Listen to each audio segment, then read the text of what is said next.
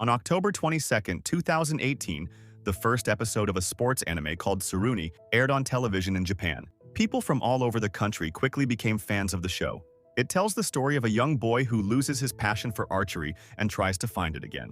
Then came episode 5. There's a short scene in that episode, around 2 minutes and 25 seconds long, where two of the characters go to a grocery store to buy discounted meat. On its own, it seems like a normal moment. It doesn't play a big part in the story and most casual viewers might forget it. But if you search for that scene online today, you'll notice something chilling. One of the top comments calls it the darkest moment in anime. And disturbingly, they're not wrong. Because just 8 months after that episode aired, this unassuming little moment would become the alleged trigger for one of the most horrific tragedies the anime world and modern Japan has ever seen. You die as he broke in and allegedly started the blaze. Witnesses say he poured what appeared to be gasoline around the building to accelerate the flames. At least 23 people are presumed dead and more than 36 others are hurt. There are moments in time that fracture the very heart of a community. Moments so senseless, so cruel, that words seem hollow in their presence. July 18, 2019 was one of those moments. For the anime world, for Japan, and for fans across the globe, it was the day when something truly beautiful was consumed by fire. Not just a building, but a legacy, a dream, and 36 irreplaceable lives. This is the story of the Kyoto Animation arson attack, a tragedy that shook not just the anime industry, but the very idea of what art, passion, and humanity mean when confronted by madness. And as we dive deep into this heartbreaking story, we are forced to confront uncomfortable truths about obsession, mental health, creation, and the razor-thin line that sometimes separates admiration from destruction. Before we revisit the fire that changed everything, let's step back into a gentler time, into the heart of a studio that stood for something rare. Kyoto Animation, often lovingly called KyoAni, wasn't just another anime production house. It wasn't built on the crunch culture and disposable labor practices that plague so much of the industry. KyoAni believed in its people, in its animators, in its writers, in its designers. While other studios relied heavily on freelance workers, KyoAni did the unthinkable. It hired its staff full-time. It trained them, it nurtured them. It treated animation not just as an industry, but as a craft, a soul-soaked expression of love and care. From titles like Clannad, Violet Evergarden, A Silent Voice, to the cozy charm of Tamako Market and K-On!, Kyoto Animation delivered something different. Something pure. Something often called iyashikei, healing anime. Their stories didn't rely on battles or bombast. They dealt with memory, love, grief, adolescence. Watching a KyoAni show felt like coming home. And then, one summer morning, that home was taken away. July 18, 2019. It was a normal morning at Studio 1 of Kyoto Animation, located in the quiet Fushimi ward of Kyoto. The sun had barely risen. Animators were already at work, their desks cluttered with sketches, colors, schedules, dreams being brought to life one frame at a time. At 10:31 a.m., a man walked into the building's entrance. He wasn't an employee. He wasn't a visitor. He carried multiple containers filled with gasoline. He moved with purpose, with rage. Without warning, he poured the gasoline around the entrance and inside the building. Then he shouted something reportedly, "You die!" and lit the fire. The explosion was instant. The flames spread like a monster unleashed. The corridors turned into tunnels of fire. There was no time, no warning. The first floor became a trap. The stairwell, which could have been an escape route, became a chimney for the fire. People screamed, some tried to run, others jumped out of windows to escape the inferno. Some didn't make it. 36 people. Gone. 34 more were injured, some with burns so severe that their lives would never be the same. The building, the soul space of KyoAni's creative team, was reduced to ash and bone. The fire consumed the entire Studio 1 building. It destroyed countless drawings, computers, storyboards, and assets.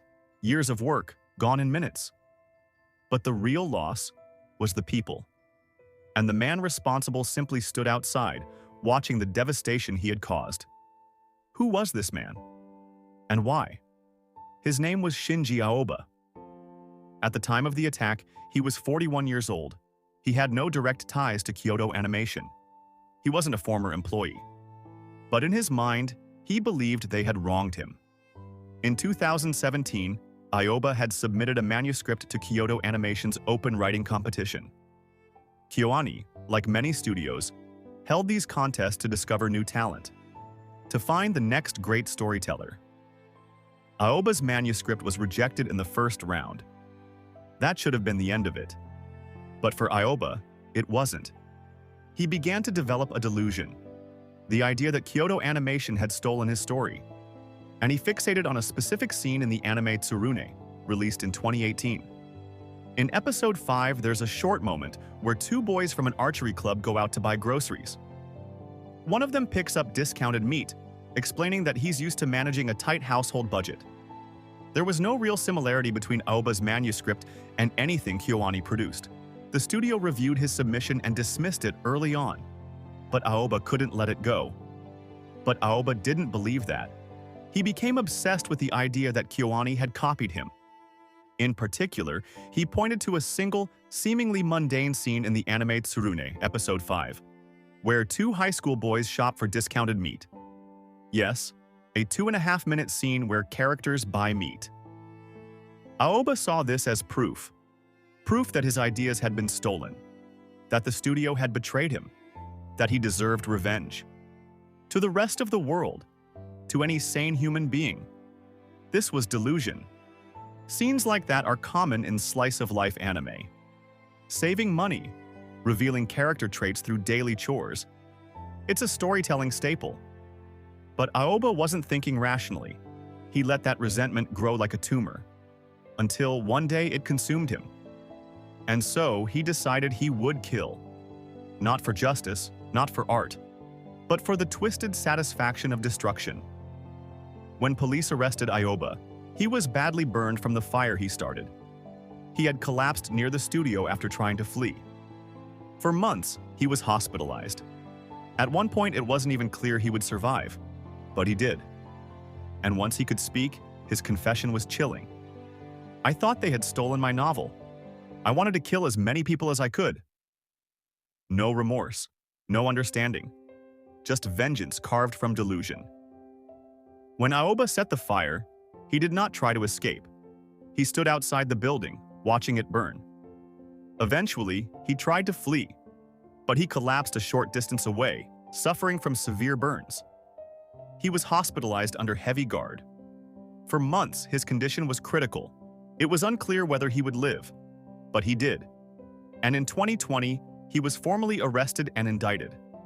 After a lengthy psychological evaluation, Japanese prosecutors declared him fit to stand trial. He later confessed his motive clearly. They stole my story. I wanted to kill as many people as I could. The grief was global. Fans organized tributes. Studios around the world offered condolences. A crowdfunding campaign launched by Sentai Filmworks raised over $3 million. Messages poured in from Pixar, DreamWorks, and anime legends like Makoto Shinkai and Mamoru Hosoda.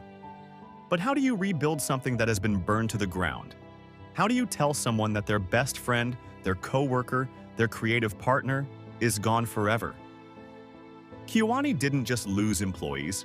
It lost some of its most visionary directors, animators, colorists, people who had given the studio its magic. Among the victims were some of Kyoto Animation's most brilliant talents. Directors, color designers, background artists, production assistants. People who had shaped some of the most iconic anime of the past decade. People who had dreams, families, and futures.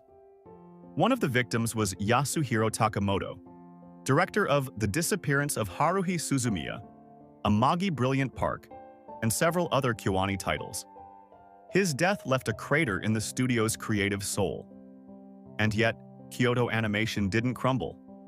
After the fire, the studio's president, Hideaki Hata, gave a tearful press conference. His words were simple: "This is unbearable. These are people I've worked with for decades. They were my friends, my family." The company vowed not to let the attack define them. And they made a bold decision. They would not publicly release the names of victims unless families consented. They chose to mourn in dignity, to honor the people, not the act of violence. Studio One, where the fire happened, was demolished. The area where it once stood became a quiet, empty lot.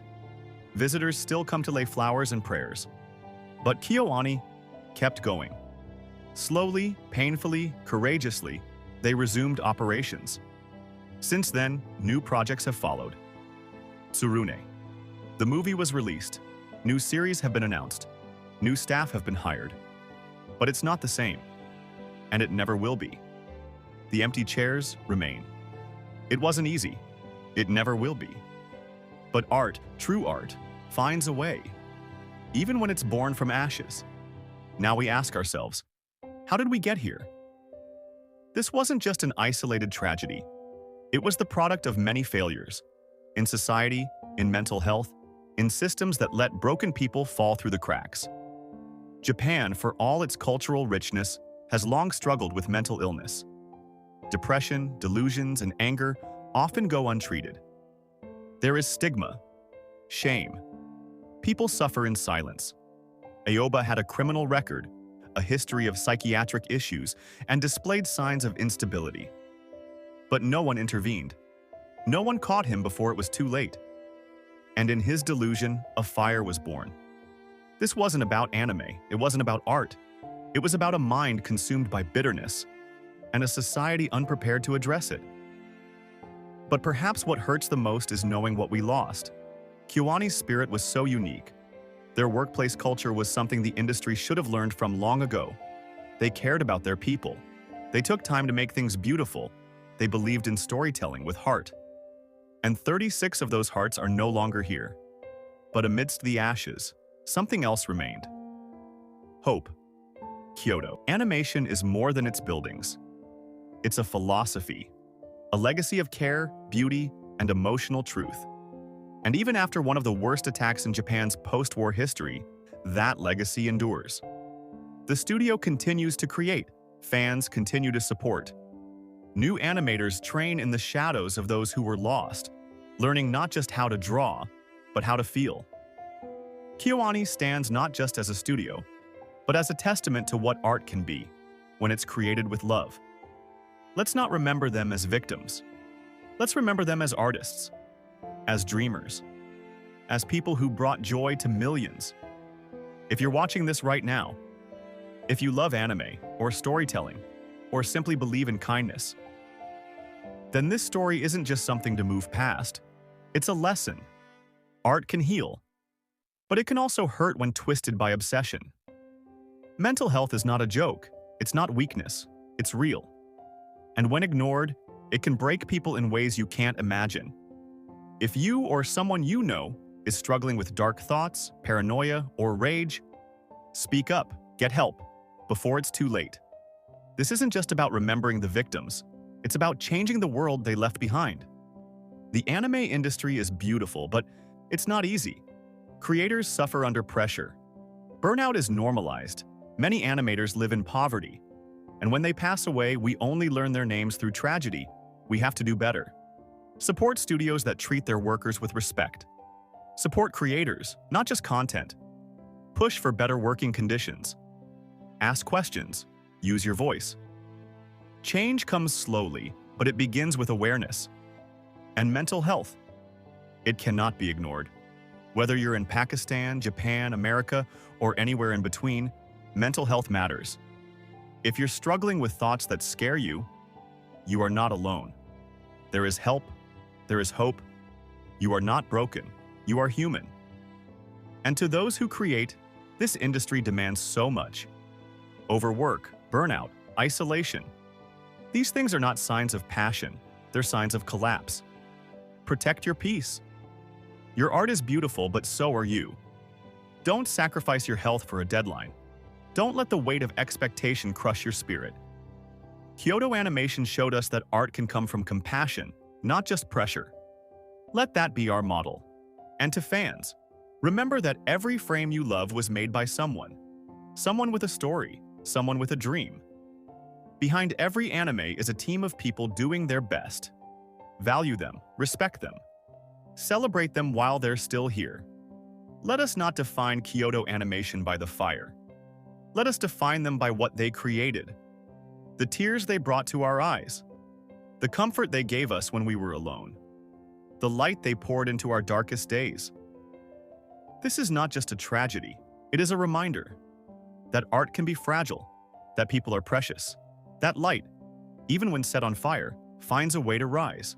And to those we lost, we remember you, always. This is Mangaic, and this was the story of Kyoto Animation.